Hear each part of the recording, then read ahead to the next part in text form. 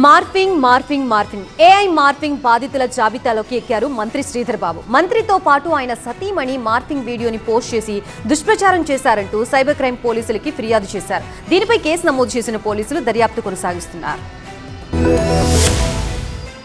మంత్రి శ్రీధర్ బాబు, ఐఏఎస్ అధికారి శైలజ రామయ్యర్ దంపతులపై ఏఐ మార్ఫింగ్ వీడియో కలకలం రేపింది. ఫేస్బుక్ లో అసత్య కథనాలతో వీడియో పోస్ట్ చేశారంటూ న్యాయవాది శశిభూషణ్ కాసే హైదరాబాద్ సైబర్ క్రైమ్ పోలీసులకు ఫిర్యాదు చేశారు.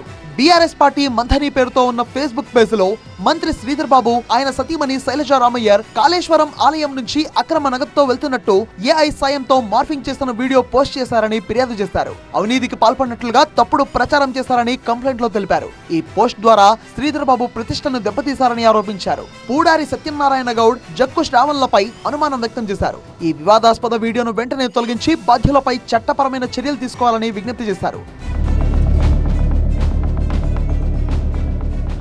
అడ్వకేట్ కాసే ఫిర్యాదుతో కేసు నమోదు చేశారు సైబర్ క్రైమ్ పోలీసులు. వీడియోను రూపొందించిన వారిని, అప్లోడ్ చేసిన వారిని, ప్రచారం చేసిన వారిని గుర్తించేందుకు మెటా నుంచి ఖాతా వివరాలు, ఐపీ అడ్రస్లు, డిజిటల్ ఆధారాలు సేకరిస్తున్నారు పోలీసులు.